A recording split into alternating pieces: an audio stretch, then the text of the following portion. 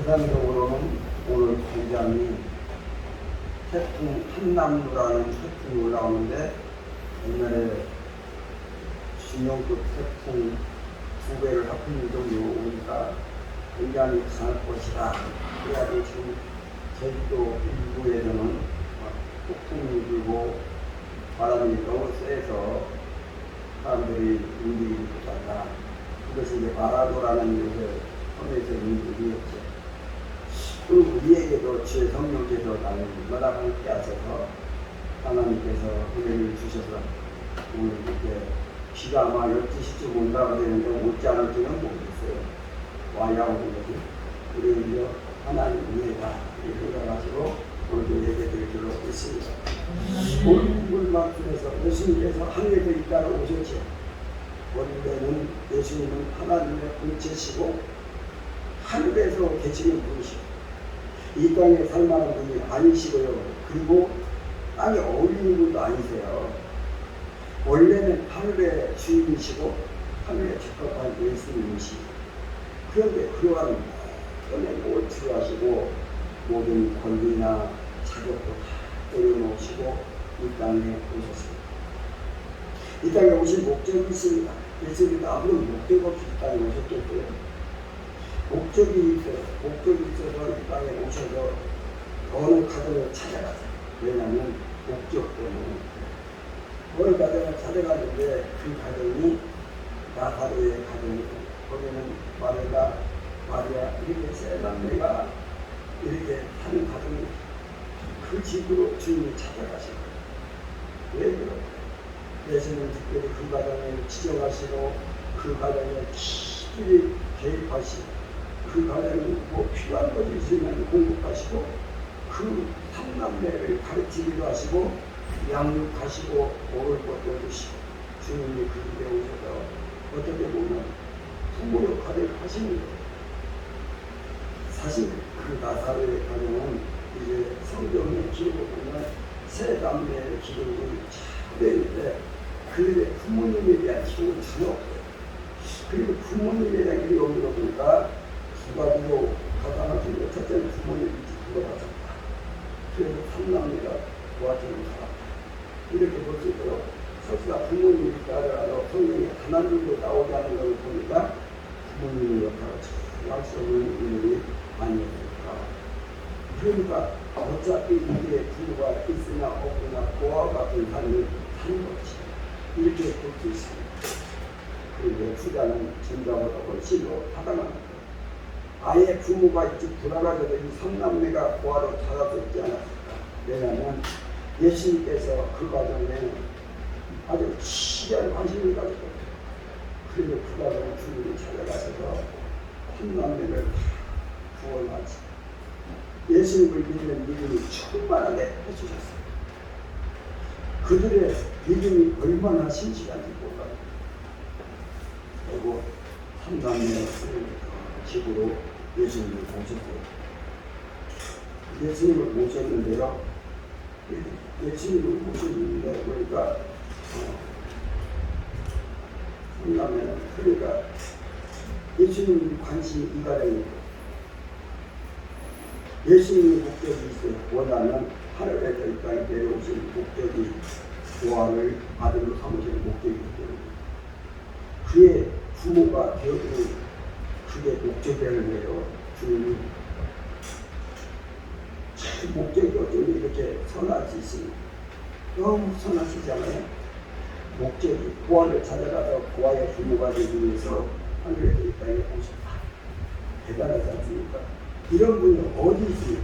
모든 편리함과 호강과 풍요와 이런 것을 내려놓으시고 하늘에서 이 모든 분임을 내려놓으시고 각박한 이 땅에 내려오신 목적이 고아를 위해서 고아를 사랑하기 위해 예수님께서 나사로를 때로는 부모 자신이 부모처럼 대하시기도 하고 때로는 친구가 되어주시고 그래서 성경을 보면 예수님께서 나사로를 친구 나사로 이렇게 표현하시거든요. 주님이 얼마나 친근한 부모가 되어주시는 거예요.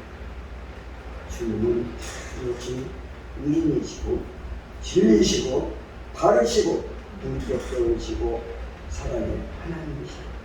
네. 그래서 예수님은 이런 말씀을 하세요. 요한복음 14장 한번 볼까요? 요한복음 14장 18절 말씀 한번 읽겠습니다.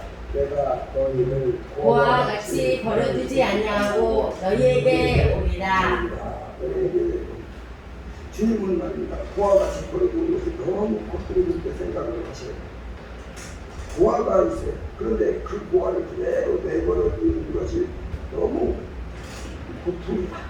주님은 결코 고아를 버려두지 않겠다. 이렇게 주님의 마음이세요. 그 마음 때문에 이 땅에 오셨어요.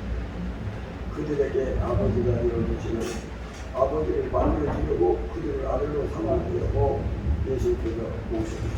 그래서 갈라디아 사람들에게 보면 이렇게 너희가 아들로 삼는 것이 하나님이 그 아들의 영을 우리 마음 가운데 보내서 아빠, 아버지라고 우리가 섭니다. 고아는 아빠라는 소리를 한 번도 못해요. 아빠가 있어야지. 늘 아빠가 있는 가정을 보면 무서워. 아빠라고 부르면 막 부러워. 뭐냐. 그런 고아를 찾아오셔가지고 하나님 아버지를 아빠, 아버지라고 부르셨다는 이게 주님이십니다. 얼마나 사랑이 많으십니까? 그런 분이 우리 주인이 되시고 우리의 부모가 되는 주님 아닙니까? 이게 얼마나 참 주님을 표현할 수 없는 남편의 인격자식 사랑이세요. 그러면 주님은 우리를 어떻게 보실까요? 여러분들의 나사로의 가정, 이 고아의 가정은 고아니까 그들의 집에 찾아가서 그들의 부모가 되셨죠. 여러분들은 뭘로 보세요? 주님이 고아로 안 볼까요? 여러분들은 왜냐하면 육신적으로 엄마 있고 아빠가 있으니까 여러분들 보고서 이 사람들은 고아가 아니네? 주님 그러실까요? 그렇지 않습니다. 여러분들도 고아로 보십니다. 고아로. 나라의 삼남매 그런 고아로 여러분들 자주 보시는 거예요. 진정한 부모가 있어요. 부모는 진정한 부모냐, 진정한 부모가 아니냐, 어떻게 비교할 수 있어요? 그래 육체적으로 부모가 있지요. 있는데 부모는 부모예요. 그런데 진정한 부모가 되기 쉽지 않습니다. 진정한 부모라면 영혼의 부모도 돼야 되거든요. 사람은 육신이 있고 영혼이 있거든요. 그런데 육신의 부모만 가지고 완벽한 부모다, 온전한 부모다, 진정한 부모다 이렇게 보기 어렵습니다. 그냥 육신의 부모, 육신으로 보면 인정하죠. 그런데 영혼의 부모가 안 되는 거죠. 그런데 예수님이 곧 하나님께서 우리의 영혼의 부모가 되신 그래서 진정한 부모라고 그런 진정한 부모, 영혼의 부모가 되셔야 됩니다. 예수님께서 나사로 그리고 마르다 이 가정의 진정한 영혼의 부모가 되신 그들은 고아로 보시고 또 여러분들도 마찬가지로 고아로 보시고 하나님 아버지하고 여러분들이 떨어졌죠. 그러면 고아로 왜 영혼의 아버지와 떨어져 있습니다. 영적 고아죠. 그리고 진정한 부모라는 것은 완벽한 부모가 되어야 됩니다. 사랑도 부모님이 자녀를 사랑하잖아요. 완벽한 사랑이 신령한 부모이고 그런데 육신적 부모는 부모지만 완벽한 사랑을 쉽지 않다. 왜냐하면 우리 부모님도 그런 말씀을 하시는 아이고 그보다 우리가 또 복을 많은데 딸 어떻게 앞으로 몇 년을 내가 지켜줄 수 있을까? 내가 내 돈을 이렇게 그리고 대단한 것으로 엄마 아빠가 먼저 죽으니까 내 자식으로 살 거니까 내가 죽고 나면 어떻게 사랑을 베풀지? 내가 죽고 나면 어떻게 내 자식을 보살피지? 이 사랑과 보살핌이 완벽하냐? 사랑과 보살핌이 통하지 않다는 거예요. 그러므로 진정한 부모가 되기 어려워요. 예수님은 영원히 살아가고 영원히 보살피니까 예수님만이 곧 하나님만이 진정한 부모다. 영원한 부모다. 주님을 영원히 치료하시고 영원히 공급하시고 영원히 밀접하게 대화해 주시고 배려해 주시고 그러니 예수님보다 진정한 부모가 어디 있겠습니까? 네. 우리를 그런 의미로 보아를 보이고 여러분들 영원히 보살펴줄 보호자가 존재하지 않는다.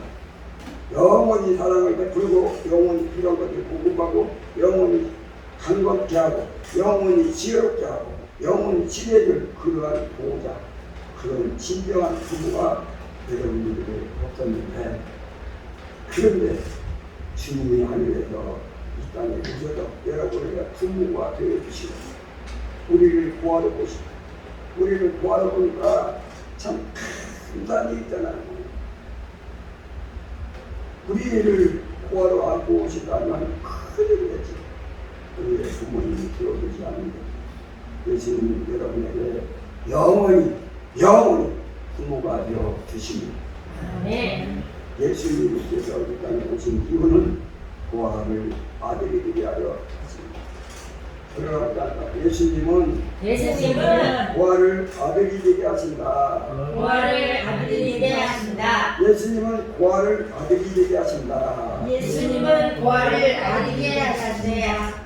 예수님께서 오신 두 번째 목적은요, 죽은 자를 살리기, 죽은 자를 구하기 위한 그 목적으로 오실 거예요. 목이 그래도 나다라집에 오셔서 예수님이 나는 죽은 자를 살리려 왔어. 이것을 증명합니다. 죽음을 부활이 되게 하는 나 예수야 하는 것을 증명해. 이 집에 오셔라. 그러니까 나다라집에 오셔서 그들을 부활을 보시고요. 그들이 아들이 되게 하시고 그리고 죽은 자로 보시는 죽은 자로 보시고 그들에게 부활이 되게 하시고 이것을 보여주는 거예요. 그래서 나다로가 병들었을 때 죽게 놔두는 거예요. 죽을 때까지 기다리고 주님은 죽은 자의 부활이 되게 하실 것을 증명하고 죽은 자를 살리러 오셨어요. 그걸 그들이 입증하고 죽기까지 기다리는 거예요. 바로 이러한 놀라운 증명을 이 집에서 하십니다. 주님이 오신 목적이 무엇인지를 밝히는 거예요. 그래서 11장 요한복음 11장 44절에서 그렇게 봤습니다. 43절 이 말씀을 하시고 큰 소리로 나사로야 나오라 하시니 나사로가 부득부득 들어갔는데 나흘이 됐어요. 죽은 지 나흘이 됐어요. 썩은 냄새가 나요. 그때 구멍문을 열어라 하고 주님께서 나와라 이렇게 말씀하십니다. 이 죽음은 부활이 되게 하시는 놀라운 역사를 증명합니다. 그 다음 절 보세요. 44절 시작. 죽은 자가 죽음을 배워 동일체로 나오는데 그 얼굴 구원에 썼더라. 예수께서 이르시되 부러움과 다니게 하라 하시니라. 주님이 하늘에서 이 땅에 오셔가지고 나다로집을 지정해서 나다로집을 지정해가지고 주님 이 땅에 오신 목적을 다 밝힙니다. 고아인 아들이 되게 하시고 그리고 죽음을 부활이 되게 하시고 이걸 증명하는 거예요. 부활은 말입니다. 인간의 영역이 아니고 예수님의 영역이죠. 부활은 그래서 예수님께서 십자가에 못 박혀 죽으시고 3일 만에 부활하시잖아요. 이 부활하실 수 있는 분은 예수님밖에 없어요. 자신이 부활하시는 분은 예수님밖에 없어요. 부활이라는 것은 주님만의 영역입니다. 인간에게는 부활의 영역은 없어요. 제 자신도 부활을 못하고 남도 부활을 못 시키고 인간은 부활할 수 없으니까 부활하게 하지 못하니까 주님은 부활을 주시는 분이십니다. 그래서 아까 지금 읽었던 43절 이 말씀을 가지고 큰 소리로 나사로야 나오라 주시. 자 나사로야 그랬더니 44절 어떤 인자에 나타나니까 죽은 자가 죽음을 배로 동일체로 나오는데 그 얼굴을 수건에 자, 보니까 죽은 자가 수족을 배로 통했어. 이제 죽으면 얼굴도 배로 통과 웃고 팔도 양쪽 다 이렇게 막 다 보면서 김치나물 그리고 다리도 양다리를 모아놓고 칙칙하나요.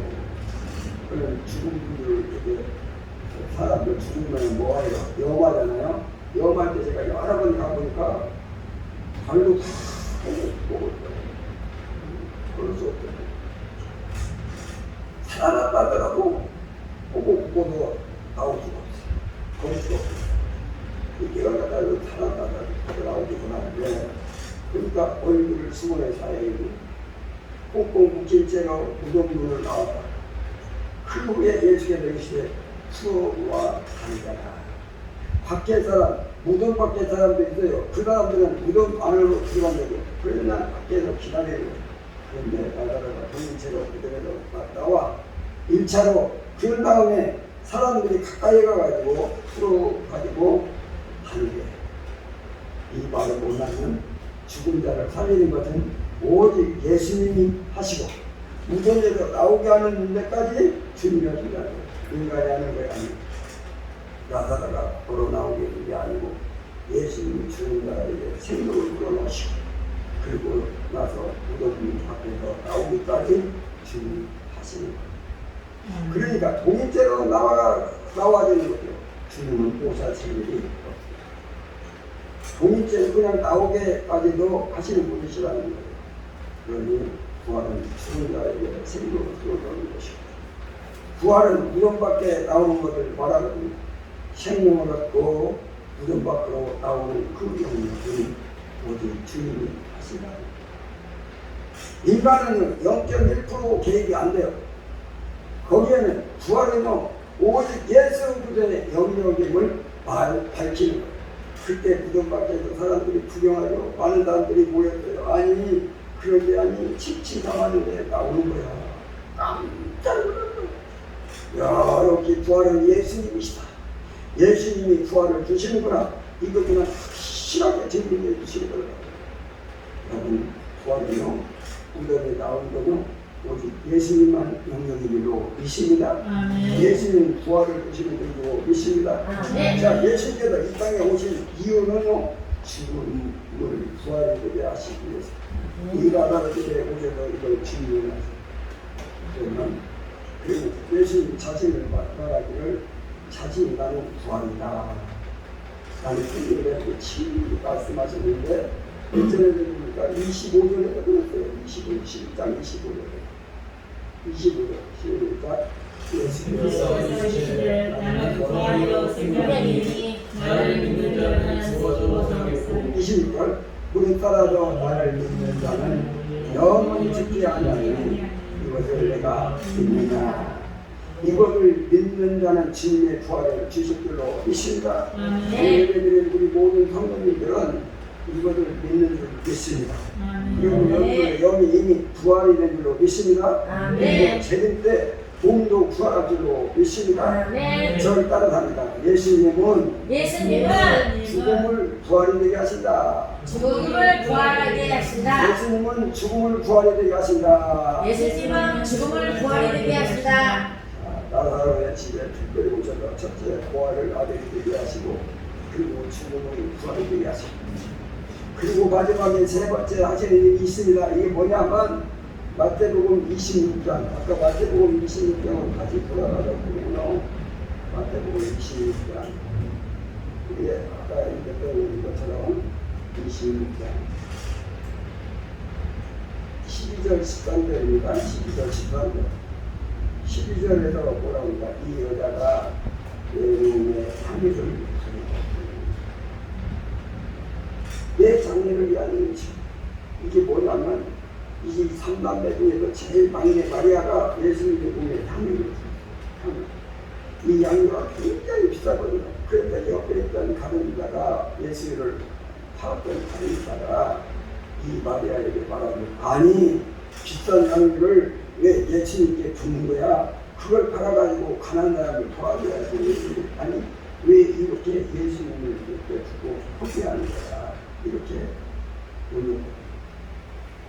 그랬더니 예수님께서 이 여자가 내 같은 내 장면을 기하는 지금 예전에 그러니까 내가 진술을 했을 때 우리가 내 장면을 기하는 일을 그렇게 얘기하신 다음에 원래는 중자에게 향을 뿌리는 거예요. 그런데 주님은 살아있는 몸에다가 향을 뿌리는 거예요.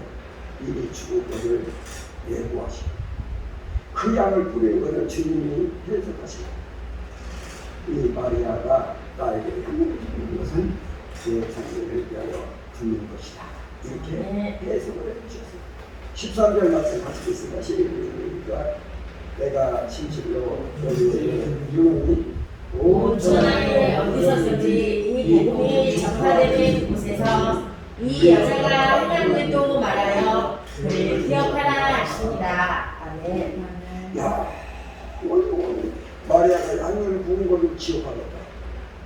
아무도 엔진을 지우지 못하게 하겠다. 영원히 하늘에다가 기록해 놓겠다는 뜻이에요. 이거 뭐냐면 하늘의 상속으로 만들겠다는 거예요. 야, 하늘에서. 그래서 아까 앞에서 보면 12절 말씀에 보면 이 여자가 내 몸에 이 향유를 부은 것은 마리아가 향유를 부은 것은 뭐냐면 주님이 와인자가 삼남매를 가지고 하늘의 땅으로 내려오셔서 자기 집으로 찾아 주시고 자기에게 부모가 되어주시고 먹을 거 없으면 먹을 거 공부해 주시고 교육도 시켜주시고 양육도 시켜주시고 진리도 가르치시고 필요할 때마다 우리를 구할 때마다 주님이 응답해 주시고 그리고 갑작스럽게 병고가 생기면 알려주는 게 연락이 아니고 주님 오셔서 해결해 주시고 그리고 온 가족을 자기들을 구원해 주시고 그리고 자기 오라비 죽은 나사렛을 살려주시고 그래서 그가에서 부모가 되어주시니까 구원해 주시니까 천국을 건물로 주시니까 하나님 아들이 하신 자기 죽은 오라비를 구원을 싸우게 하여 살려주신 생명이다. 그 값으로 너무 감사해서 살려주셨습니다. 그러면 자기 오라비를 살려주는 생명의 값과 삼남매를 구원하신 구원의 값은 부모가 되어진 부모값과 하나님 아들에게 아들의 값이 천국 아빠는 이 하늘값하고 어떤 게 더 크겠어요. 하늘은요 만분의 일도 아니고 그냥 감사의 표시야. 주님께 감사합니다. 감사합니다. 이 비율에 감사를 내려준다면 아버지가 자녀에게 아파트 한 채 선도하고 자동차를 좋은 일개차 선도해주고 땅고 5만 평을 상속을 했더니 아들이 아버지에게 문자를 보내고 전화를 해서 아버지 감사합니다. 이 문자 하나가 그런데 예수님이 이 문자 한 통 받고 너무 감동해서 어쩔 줄 몰라 하시고 이 문자를 말이야 영원히 내가 기억할 거야. 이 문자를 지우지마. 내가 집 주고 땅 주고 차 주고 모든 걸 상속했더니 감사하다고 문자가 왔어. 이 문자를 내가 영원히 내 가슴 속에 담고 영원히 천국에서 내가 기억할 것이다. 영원히 천국에서 천국의 장법을 준비해 주신다. 문자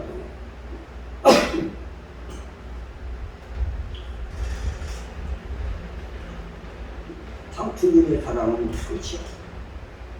우리가 어린아이를 기를 때 밥을 참 막 그러면 밥 숟가락 가지고 쫓아다니고 안 먹잖아. 그러면 쫓아다니면서 한 숟가락 안 먹어 그러면 나중에 안 먹으면 뭐라 그러니까 내가 이 밥만 먹으면 내가 1,000원 지켜야 될 거예요. 누구를 위해서 먹는 거예요. 너를 위해서 먹는데 또 1,000원 가요. 언제 먹는 거예요. 또 얘들이 말이야 이빨 닦기를 얼마나 싫으니까 막 이빨 닦으려고 막 갖다 대서 안 닦으려고 그러면 뭐라고 그래도 1,000원 준다고 이빨 닦으려고 당연한 일인데 부모는 집을 가는 거하고 땅을 사는 거 하면 당연한 힘이 감사합니다. 문자 보내는 건데 자기 집에 부모가 되어주시고 하나님의 아들이 되어주시게 하시고 구원해 주시고 자기 오라비를 달려주시는 생명의 값으로 또 당연히 향기를 먹는다. 그러면 큰 일이가 없지는 거기다가 또 상급을 주신다는 거예요. 주님은 우리를 배구하시는 데 있어서 우리의 죄를 짓거나 우리가 잘못을 했으면 용서해 주시고 없는 것을 씌워주시고 그냥 100점을 여기시고 기뻐하시고 우리가 자식을 보면서 조금 잘못했는데도 그 가슴에 안 담고 다 없는 걸로 오죠. 그리고 예뻐요. 거기다가 엄마 고마워요 감사해요 한마디 하거나 문자 한마디 보내면 또 그냥 200점 또 200점 마땅한 건데 당연한 건데 그걸로 상급이 되게 하시더라고요. 주님이 하늘에 땅에 오신 복들을 주실 거예요. 우리가 마땅히 살고 마땅히 해야 할 일 당연히 해야 할 일인데 그거 했다고 상으로 상급으로 바꿔주시고 이 땅에 오신 우리에게 저 하늘의 상이 되게 있게 하려고 이 땅에 오신 거예요. 여러분 주님은 이 땅에 오셔서 여러분을 다 당연하게 하는 것 가지고 하늘에다가 상급을 주는 게 기가 막힙니다. 여러분 지금 예배 드리잖아요. 왜 예배 드릴까요? 구원해 주니까 감사해요. 구원해 주니까 치료해 주셨으니까 감사해요. 또 가서 복을 내리시니까 너무 감사해요. 예배 드리잖아요. 당연한 거잖아요. 당연한 건데 그런데 예배 드렸다고 또 상급을 주시고요. 천국에서. 그리고 여러분 기도하잖아요. 뭐 다 하면 필요한 주님 도와주세요. 필요하니까 그런데 당연한 거예요. 그런데 기도했다고 또 상급을 막 부어주시고 천국에서. 여러분 기도가 아니라 주님 오늘도 건강하게 하시니 감사합니다. 주님 오늘도 문제를 해결해 주니 감사합니다. 우리 자녀를 인도해 주셔서 감사합니다. 감사하다고 하나님께 했더니 또 그걸 상으로 준비해 주시고 그러니 여러분 말입니다. 하늘의 상이 쌓이고 쌓였습니다. 여러분들 하늘에서 상을 예비하시려고 이 땅에 오신 거예요. 하늘의 상이 충분히 하시려고 이 땅에 오신 거예요. 그래서요 저는 인기가 우리 상주마교회 성도님들은 전국에다 보면 여러분 상들이 너무 많이 쌓여있는 거기다가 여러분들이 공사하고 또 상사 또 성도들에서 기도해 주잖아요. 또 상을 쌓는 거예요. 주님 고마워요. 그럴 때마다 또 상을 쌓아요. 사실은 상도 될만한 내용인데 마땅히 살아야 하는데 마땅히 해야 할 일을 할 것인데 그것마저도 다 상이 되게 하실 거예요. 주님은요 당연한 상급이 되게 하시고 그렇게 하시려고 이 땅에 오신 거예요. 우리 성도들은 하늘에 상이 많은 분 있습니다. 주님께서 그렇게 여러분들에게 대우하신 줄로 믿습니다. 저를 다시 한번 따라합니다. 예수님은 당연을 상급이 되게 하신다. 당연을 상급이 되게 하신다. 예수님은 당연을 상급이 되게 하신다. 예수님은 당연을 그러니까 이 말을 해석하자면 당연한 것을 우리가 했는데도 상급이 되게 하신다. 예수님 안에서 이 땅에 오신 목적은 부활을 아들이 되게 하려 하시고 죽음을 부활이 되게 하려고 당연을 상급이 되게 하려고 해서 하늘의 상을 하시려고 이 땅에 계십니다. 이러한 분이 여러분들에게 다 임할 줄로 믿습니다. 우리 모든 성도들 다 아들이 되게 하시고 부활이 되시고 상급이 되신 줄로 믿습니다. 저를 마지막으로 한번 따라합니다. 예수님은 부활을 아들이 되게 하신다. 부활을 아들이 되게 하신다. 예수님은 죽음을 부활이 되게 하신다. 죽음을 부활이 되게 하신다. 예수님은 당연한 일을 당연한 상급이 되게 하신다. 상급이 되게 하신다. 이런 세 가지 사실 아들이 되게 하시고 죽음을 부활이 되게 하시고 당연한 일을 예배드리고 가도 그것이 다 상급으로 쌓인다고 하실 때라고 날마다 감사하는 우리 모두가 되시고 주님의 이름으로 축원합니다. 살아서 좋아하신 주님 감사를 드립니다. 오늘 하나님께서 우리 가운데 저를 들어주시고 은혜를 주셔서 감사합니다. 주님 이 땅에 오셔서 하신 그 목적을 따라 이 날마다 감사하며 영광을 돌리시고 성령의 나타남을 허락하여 주셔서 주님께서 오온된 것하고 살 수 있도록 성령의 감사하여 주옵소서. 오늘도 교회에 꼭 나오시기로 약속한 분들이 여러분들이 못 나오고 있습니다. 하나님 저들의 이름으로 저들을 다 이기게 하시고 성령의 나타남을 통하여 저들에게 하늘의 성령 사이를 줄 있도록 축복하옵소서. 주신 말씀 감사드리고 예수님의 이름으로 기도드리옵나이다.